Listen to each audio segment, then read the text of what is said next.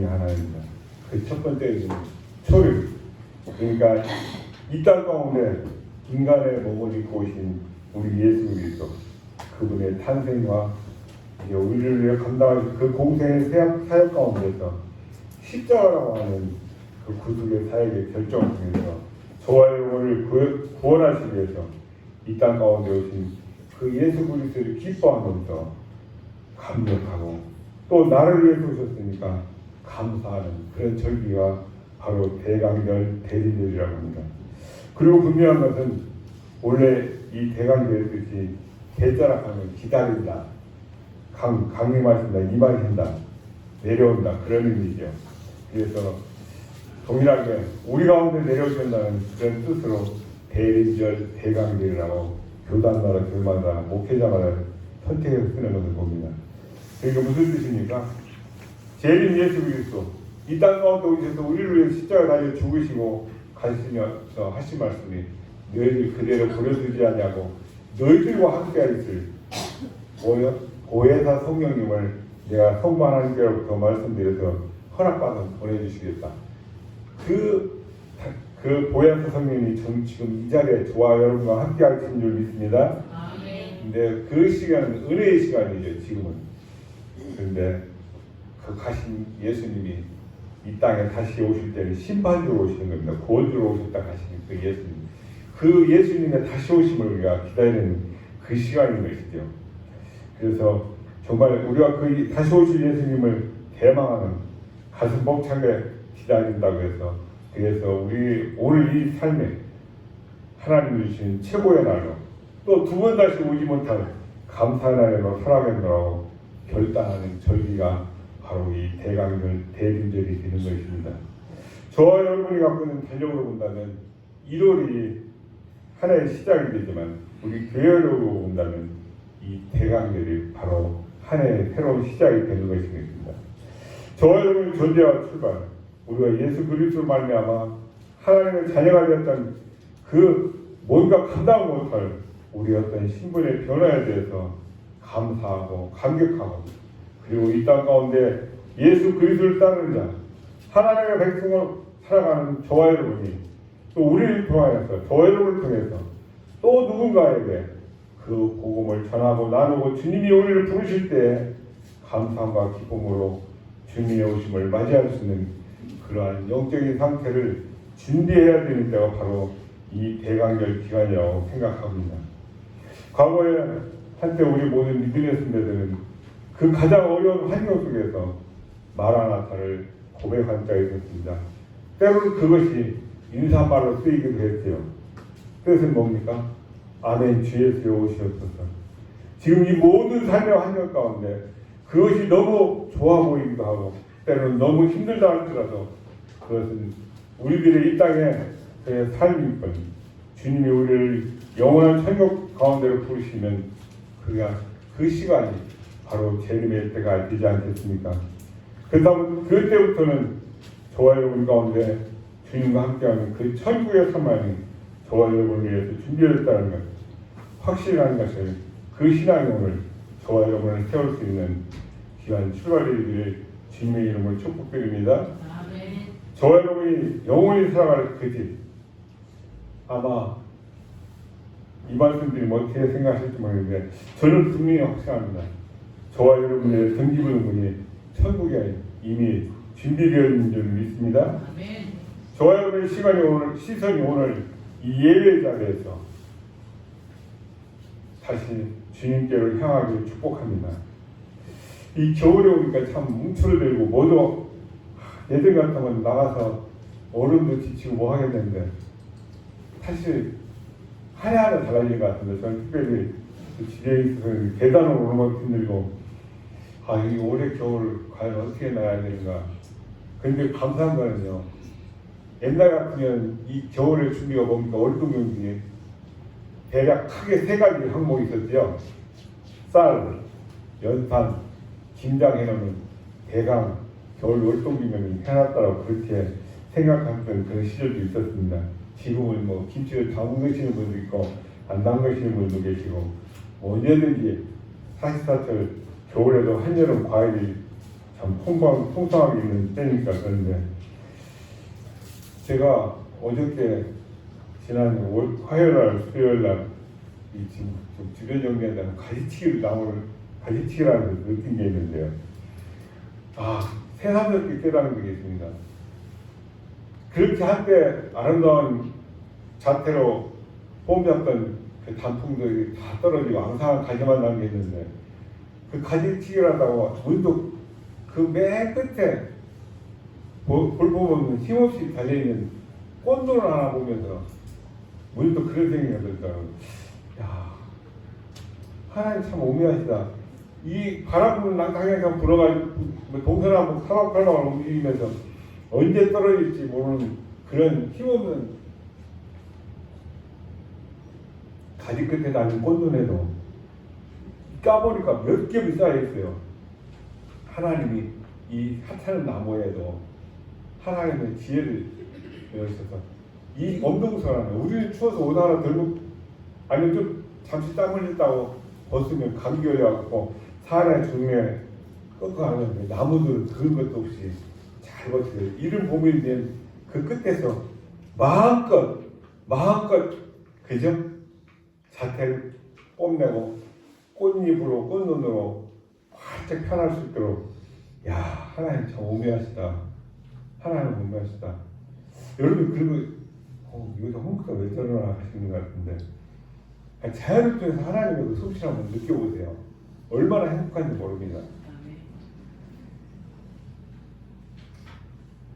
겨울을 모든 삶을 모든 생물체에는 그 나름대로 저마다 다 이 추운 겨울을 이겨낼 수 있는 그런 준비를 하나님께서는 다 하도록 나무 한 종류에도 하나님이 다 준비해 놓으셨다는 그 사실을 깨달을 때 야 하나님 정말 오묘하시다 그런 걸 느끼고 있습니다. 그렇다면 저와 여러분들의 인생의 겨울을 어떻게 준비하시는가?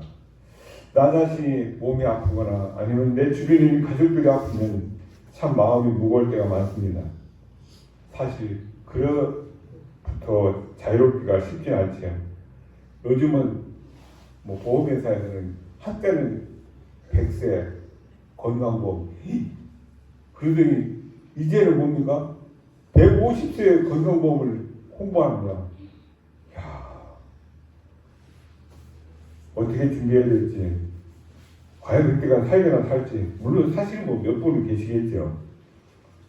며칠 전에 텔레비전 보니까 우리가 지금 살고 있는 의료 혜택 이거는 50년 전에 준비하는 프로그램이고 지금은 200세까지 살 수 있는 프로그램 실정에 맞게 개발된 의학이 준비됐다는 것이죠. 그 소리 듣니까 200살도 살겠구나 150살 거뜬하겠다는 생각도 듭니다. 그 얘기는 들어보셨습니까? 암 예방접종, 암 백신. 우리 백신 예방접종에 뭡니까? 그 균을 아주 약하게 해서 미장 투입해서 몸에서 쌓아서 이게 면역체계 그건데 암 백신 나온다는 것입니다. 2, 3년 안에. 그럼 암 걸릴 사람 없어요. 암 걸리면 사고 안 나면 200살도 300살도 사는 거 아니겠습니까? 기대가 좀 되어집니다. 그래서 제가 인사하면서 120살까지 사십시오 했는데 그것도 고쳐야 될 날이 곧 생각을 해봅니다. 주변에 원치 않는 질병으로 어저께까지 건강보험으로 활동하다가 갑자기 들려오는 소식이 병원에 누워서 침대에 누워 있습니다. 그 소식을 누가 달갑게 받아들이겠습니까?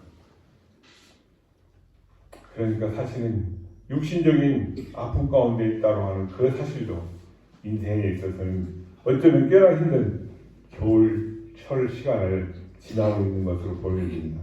그런가 하면 요즘 경제적 문제 꽤 크죠.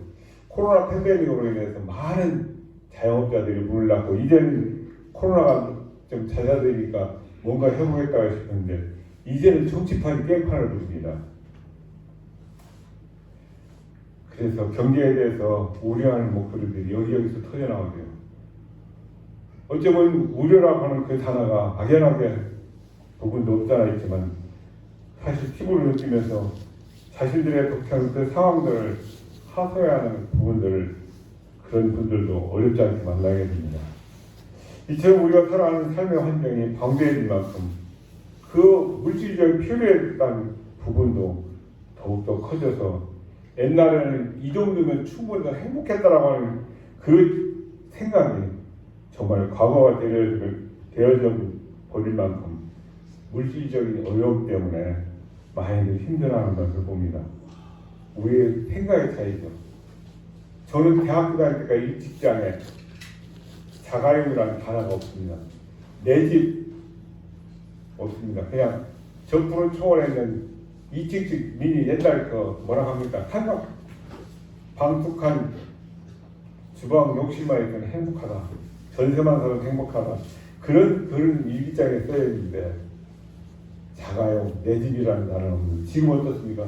자가용을 집에 농사 짓는 분들이 트랙터 있지 화물 있지 승용차 있는데도 그래도 만족을 못하고 더 좋은 차, 더 큰 트랙터 우리 모든 걸 다 가지면 대통령님은 더 필요한 게 없을까요? 아닙니다. 우리는 동물과 식물과 다릅니다.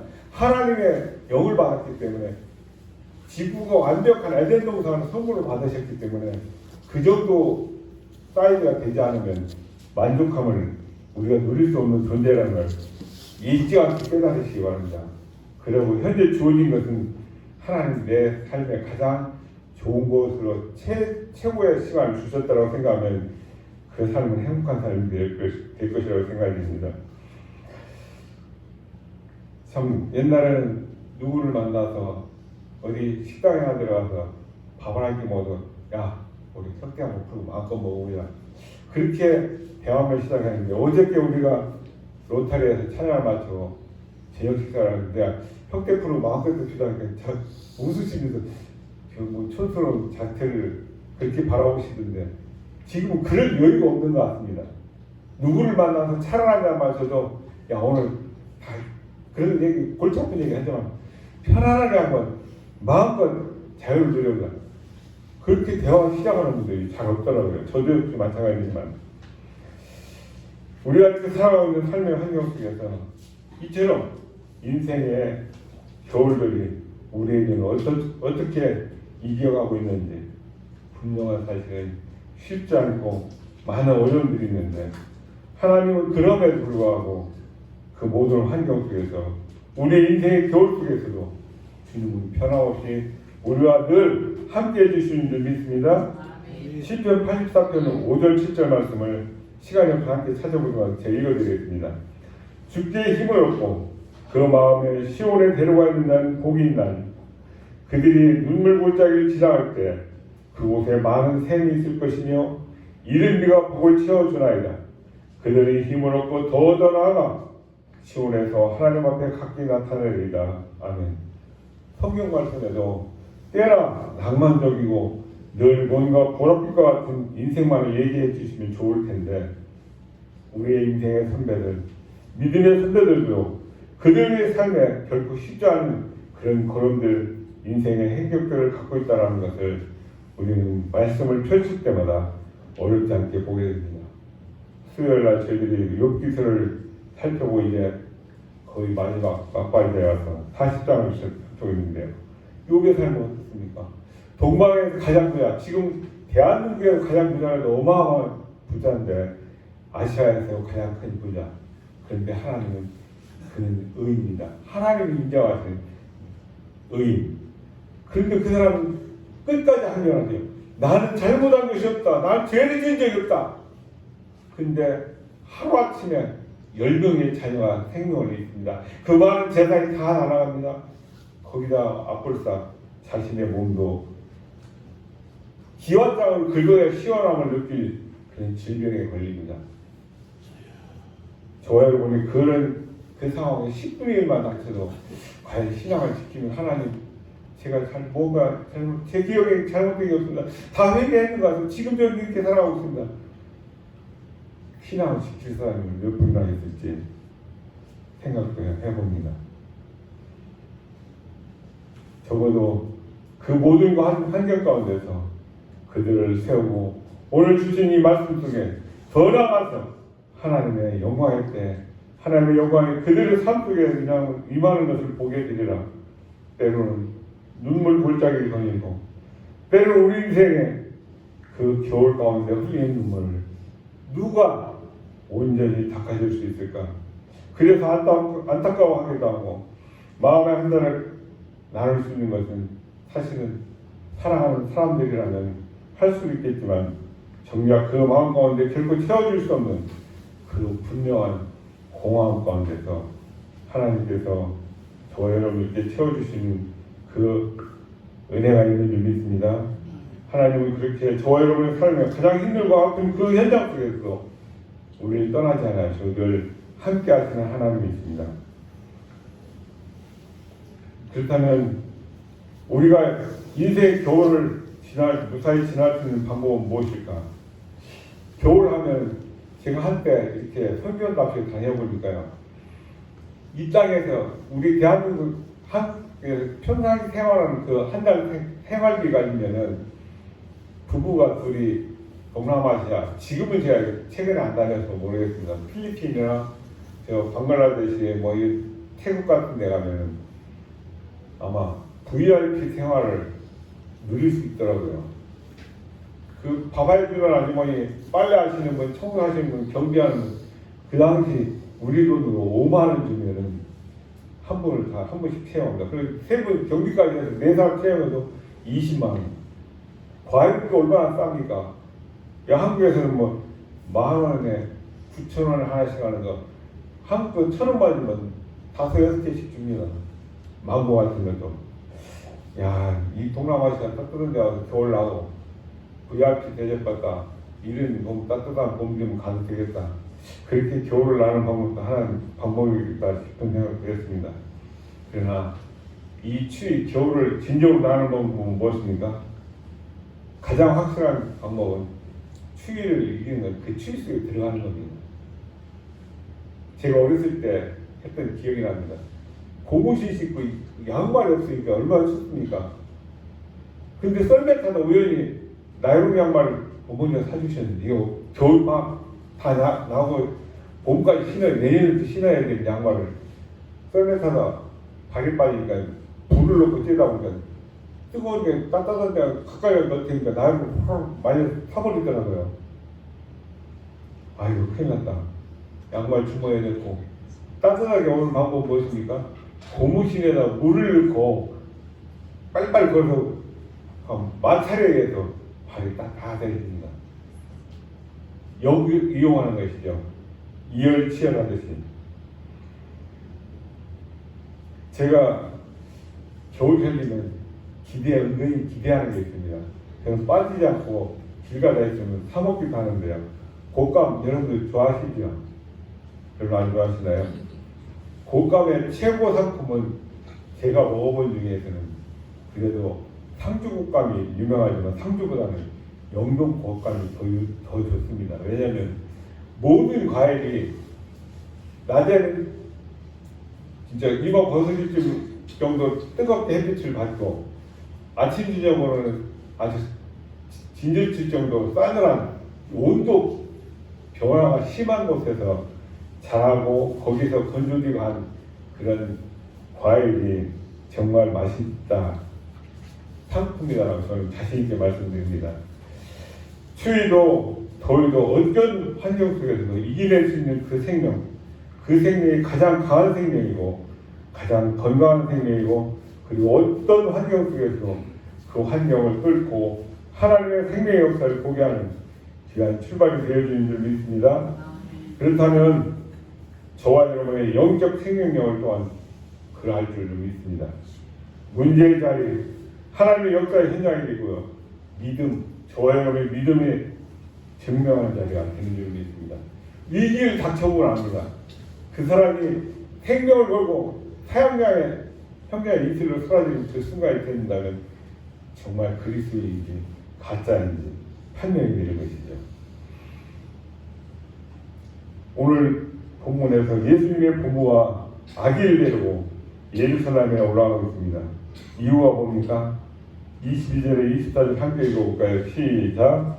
모세의 법대로 정결 예식의 날을 참여 아기를 데려오기 예루살렘에 올라가니 이는 주의 율법에 쓴 바 처음 난 남자마다 주의 거룩한 자라 하리라 한 대로 아기를 주께 드리고 또 주의 율법에 말씀하신 대로 산지들기 한 쌍이나 혹은 어린 집비둘기 둘로 제사하려 합니다. 예수님의 부모인 아기 예수님을 데리고 예루살렘에 올라간 때는 모세의 법에 정해진 정결 예식에 따라서 아기를 주께 드려야 되는 것입니다. 그때 예물로 집비둘기나 산비둘기 아마 그걸 추적하면 여기 매기를 추적한다면 예수님의 육신의 어머니 아버지가 그렇게 부자는 아니었던 것 같습니다. 그죠? 염소나 양을 송아지를 잡으라고 하시지 않은 거고.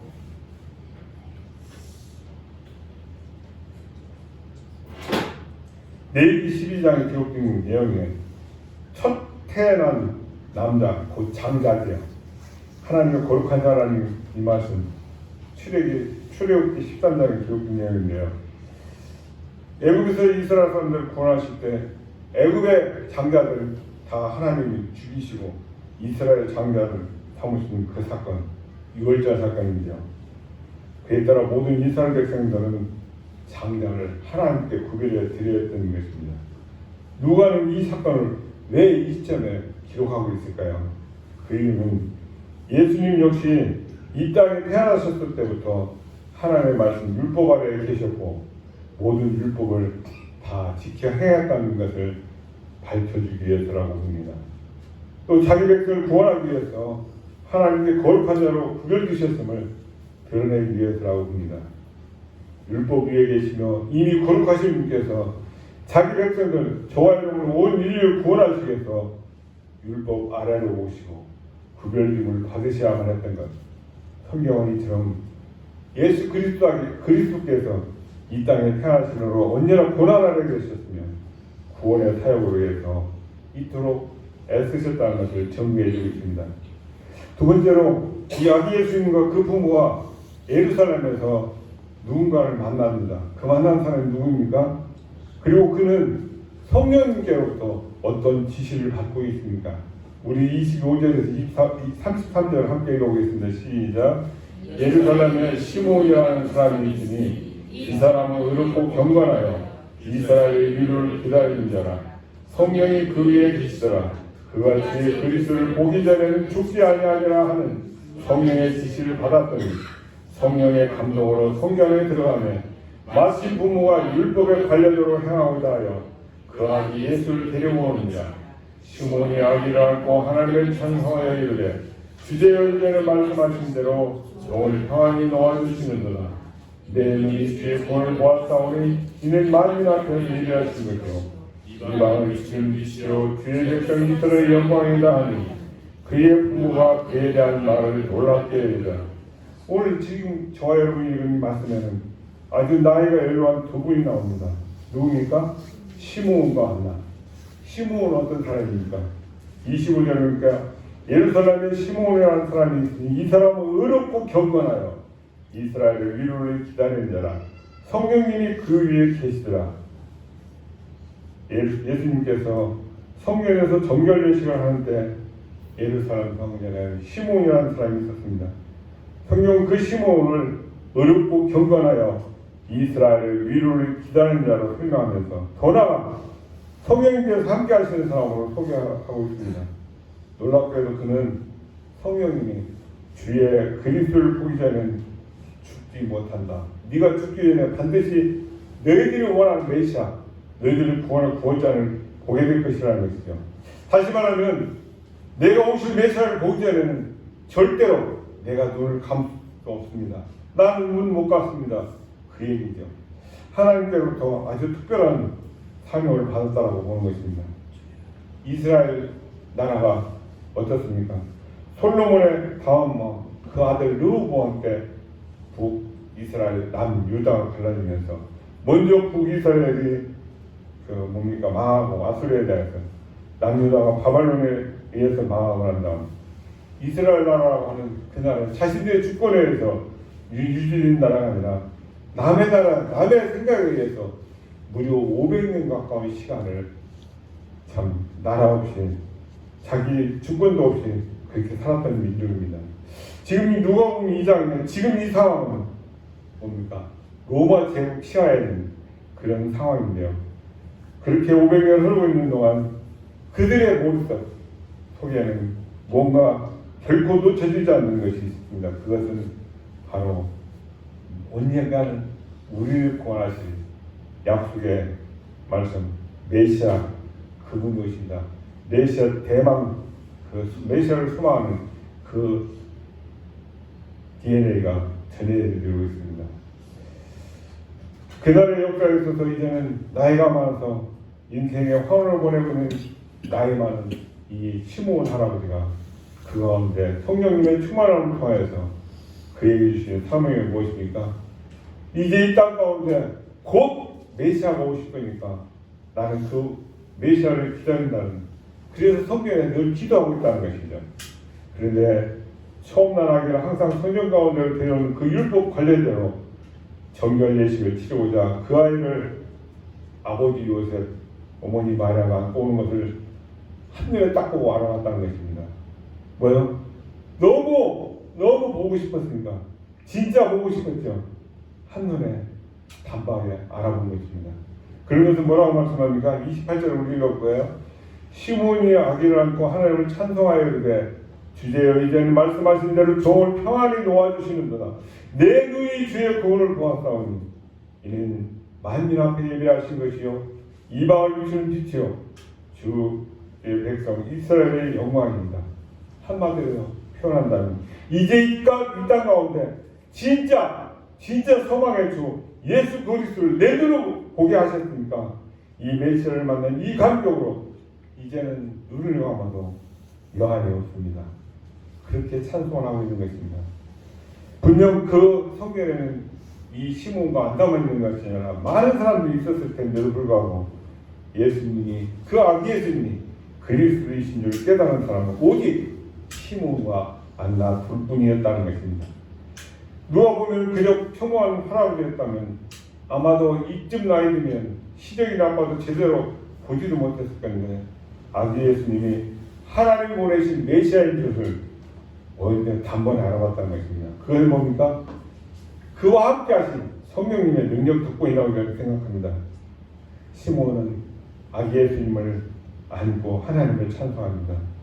아기 예수님을 보았으니 이제 드디어 나는 눈을 감아도 여한이 없다는 고백을 합니다. 아기를 보았지만 그 아기를 통해서 주께서 이루실 구원을 바라봤다는 것입니다. 그 구원은 만민 앞에 예배하는 것이며 이방을 비추는 빛이며 이스라엘의 영광이라고 고백하고 있습니다. 그 다음에 나오는 한 인물 누굽니까? 안나라고 하는 할머니. 왜 할머니예요? 나이가 84세는 됐으니까. 그렇죠? 36절에 보니까 또 아셀 지파 바누엘의 딸 안나라는 선지자가 있어 나이가 매우 많았더라. 그가 결혼한 후 7해 동안 남편과 함께 살다가 과부가 되고 84세가 되었더라. 이분 역시 시몬과 같이 성전을 떠나지 않고 주야로 금식하며 기도하며 섬기더니 뭡니까? 늘 하나님 이 늙은이가 어찌 해야 됩니까? 할 것은 하나님의 자비를 구하는 것밖에 없습니다. 하나님 저를 받아주시고 인도하여 주십시오. 하나님의 인도를 구했다는 것이죠.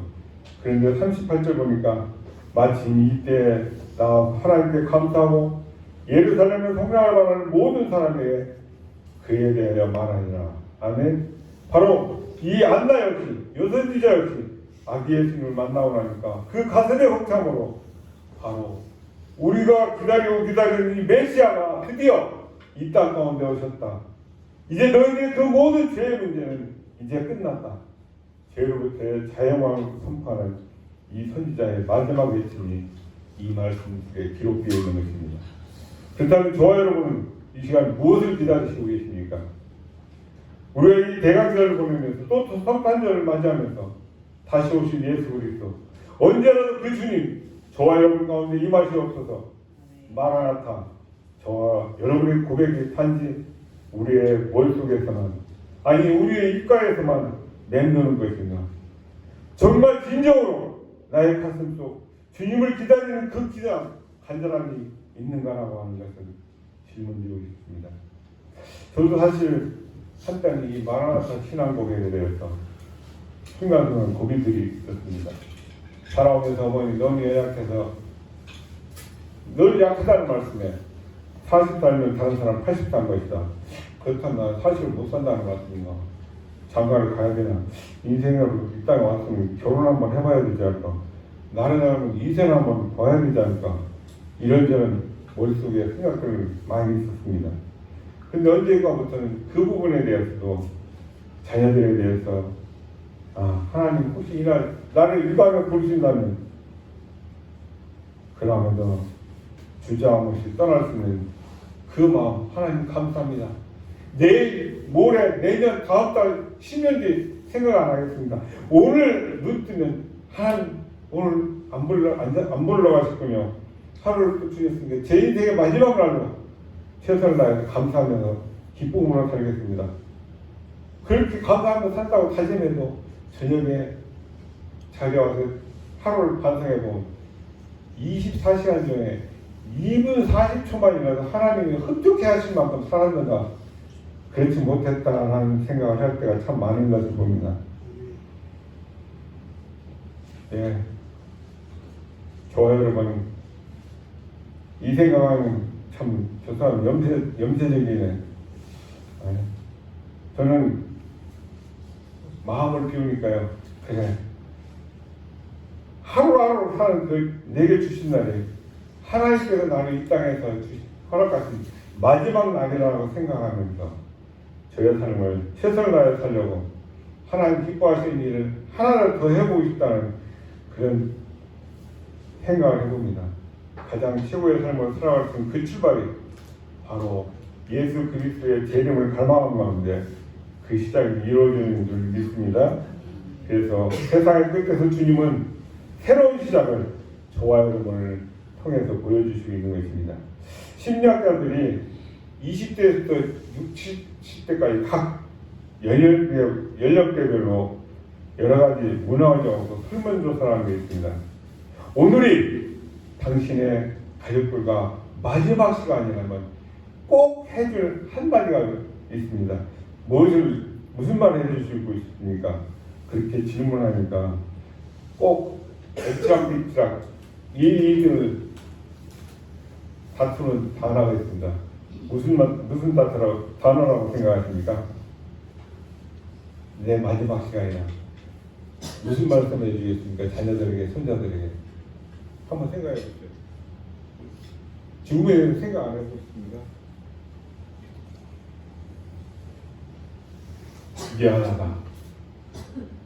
미안하다, 사랑한다. 그 두 단어가 엎치락뒤치락하면서 모든 얘기할 때 이유를 앞다뒀다는 것입니다.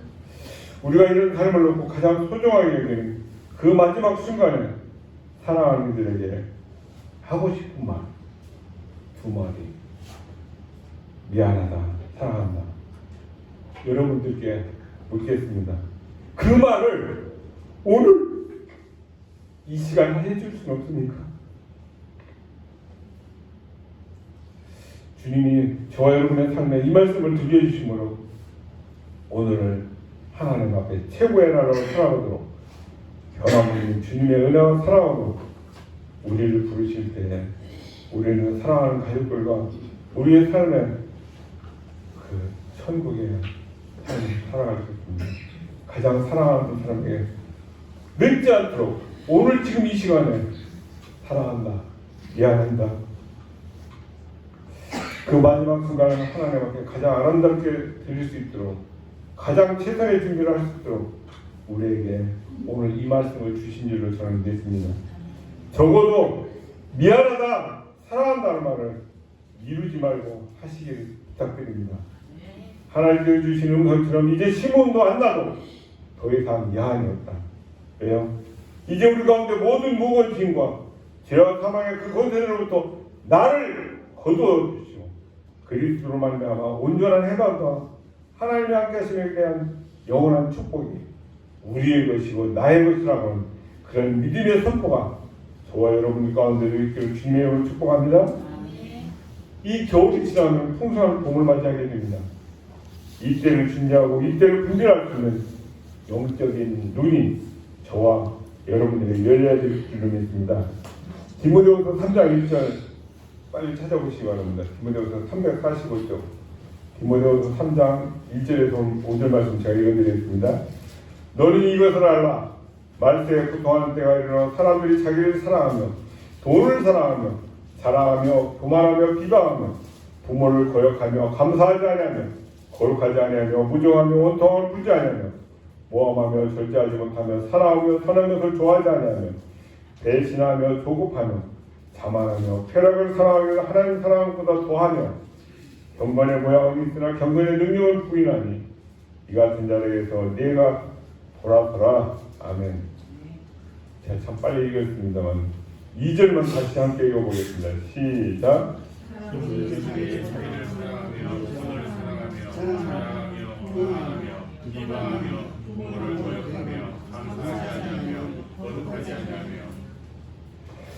예, 함께 읽은 이 말씀 성경은 그것이 말세의 때를 우리에게 이뤄준다라고 보여주고 있습니다. 자기 사랑하고 돈 사랑하고 자랑하고 교만하고 비방하고 부모 거역하고 감사하지 않고 거룩하지 않고 어떻게 생각하십니까? 지금 저 여러분이 살아가는 시대와 많이 다르다고 생각하십니까? 우리는 성경이 우리에게 날마다 내 손에 쥐어줘서 하나님의 뜻이라고 보게 하고 듣게 하고 깨닫게 하고 우리에게 들려주시는 하나님의 그 음성 가운데 귀를 닫고 눈을 감고 있지는 아닌가 생각을 해보게 됩니다. 때를 분별할 줄 압니다.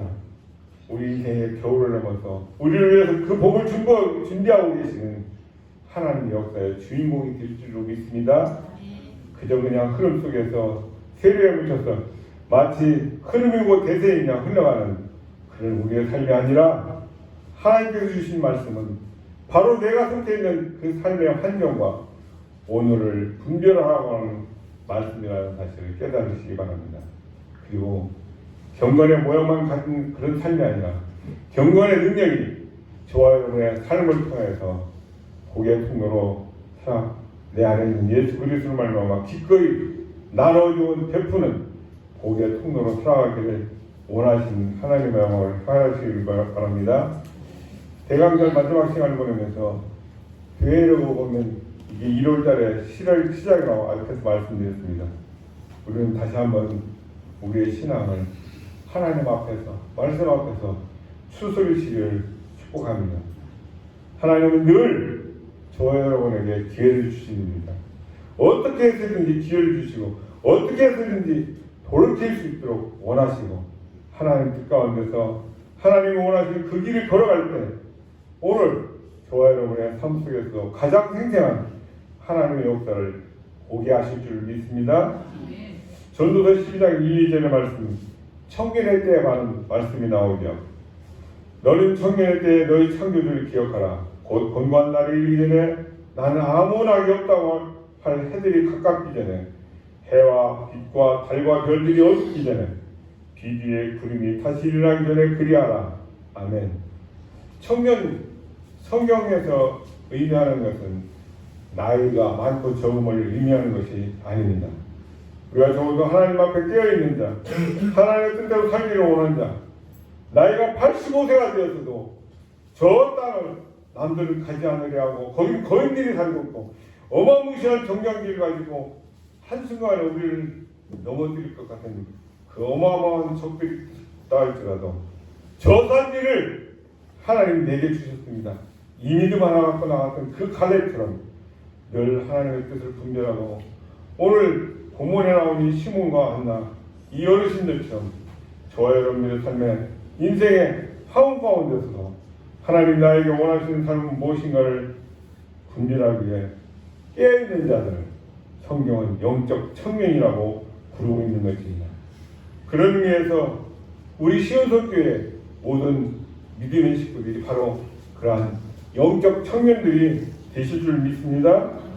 그러기에 저와 여러분이 발을 딛고 서서 일어서서 나가야 할 것은 하나님 우리에게 그려주신 그 약속의 땅, 너에게 그 약속의 땅을 주리라, 우리가 믿음으로 밟아 나가는 과정에 있어야 되는 것입니다. 하나님 어떻게 보면 참 막무가내시다 싶은 생각이 듭니다. 무조건이요. 가나안 땅을 정복하는 과정을 한번 생각해 보십시오. 아직 아무것도 이루어진 것이 없는 맨주먹이라고 할 수밖에 없는 상황인데, 너희들이 그 땅을 가서 보고 정확하게 너희들이 필요한 땅을 여기까지 있겠다 그래가지고 제비를 뽑아서 갖고 오라고 말씀하시죠. 떡줄 사람 생각도 안 하는데, 근데 하나님께서 하나님 앞에 제일 부분 그 모든 지파들만의 그 약속의 땅을 그대로 주신 것 성경에 볼 수 있죠. 다시 말하면 이 약속의 땅의 의미는 하나님께서 주셨다는 것입니다. 그 땅을 누릴 수 있는 가장 근본적인 힘도 하나님께로부터 왔다는 사실이죠.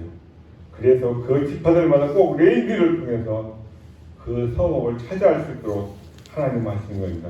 그래서 레위 지파에게는 땅을 분깃을 주지 않고 있습니다.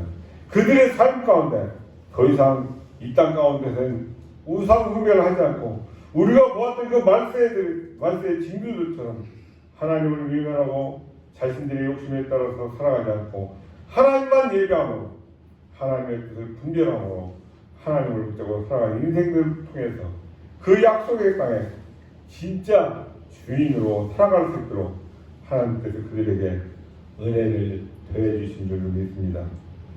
그렇다면 이 시대에도 저 여러분에게 허락하신 이 땅에 주인으로 살아가는 방법은 아마도 그때나 지금이나 같다라고 저는 생각합니다. 저 여러분이 하나님 중심으로 사는 것, 예배 중심이 되는 것, 우리의 삶, 기도가 하나님과의 영적인 끈인 것을 놓지 않고 끝까지 붙드는 것, 오늘 이 시간 드려진 예배 자리가 대강절과 성탄절, 바로 그러한 출발의 자리가 되기를 주님의 이름으로 축복합니다. 모든 예배가 정말 새벽 이슬 같은 청년의 모습으로 나와서 예배를 드리고 한 달, 그리고 우리에게 주어진 앞으로의 그 수많은 날들을 주님과 더불어 살아간다는 그 확신 속에서 세상을 이겨노라 음성을 들려주시면서 그 땅의 주인공으로 살아갈 수 있는 은혜의 통로로, 복의 통로로 저와 여러분들을 상해 주실 줄 믿습니다. 이것을 보아서 아마 시몬도 나이가 많은 할아버지였다는 것을 우리가 추측해 볼 수 있습니다.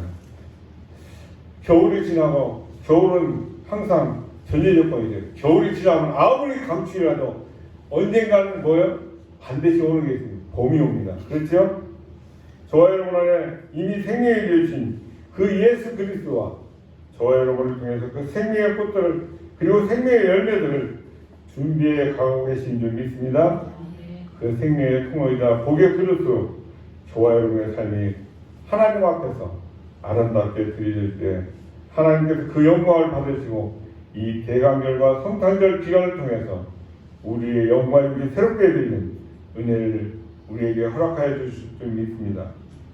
우리는 이 사실을 주님이 오신 날을 기념하는 시기에, 하나를 마무리하는 이 시기에 반드시 기억해야만 됩니다. 여러분은 성탄절 기간에 무엇을 떠올리시고 계십니까? 예수님이 이 땅에 오신 후 율법을 다 이뤘다는 그 말씀을 어떻게 받아들이고 계십니까? 수많은 사람들 가운데 시몬과 안나만이 예수님을 단번에 알아본 이유는 무엇이었습니까? 그렇다면 저와 여러분은 어떤 자세로 다시 이 땅에 오실 예수님을 기다려야 되겠습니까? 한 주간 이 땅에 오신 예수님을 소개하는 성탄절 카드를 만들어서 전도 대상자들에게, 이웃에게 전하는 시간을 보냈으면 좋겠습니다. 존귀하신 예수님께서 이 땅에 오셔서 그 율법들을 다 지키시고 고난까지 받으셨습니다. 홀로 자기 몸도 가누지 못할 그 어린 아기 때부터 말입니다. 그렇게 하시면 하나님의 약속을 이루고 자기 백성을 구원하기 위함이었다는 것이죠. 이 내용이 우리가 이 성탄절을 기억하고 감사해야 될 내용들입니다. 이 땅에 오신 예수님을 깊이 묵상하고 깨닫는 복된 성탄절 되시길 주님으로 축복합니다. 자비로우신 아버지 하나님 감사합니다.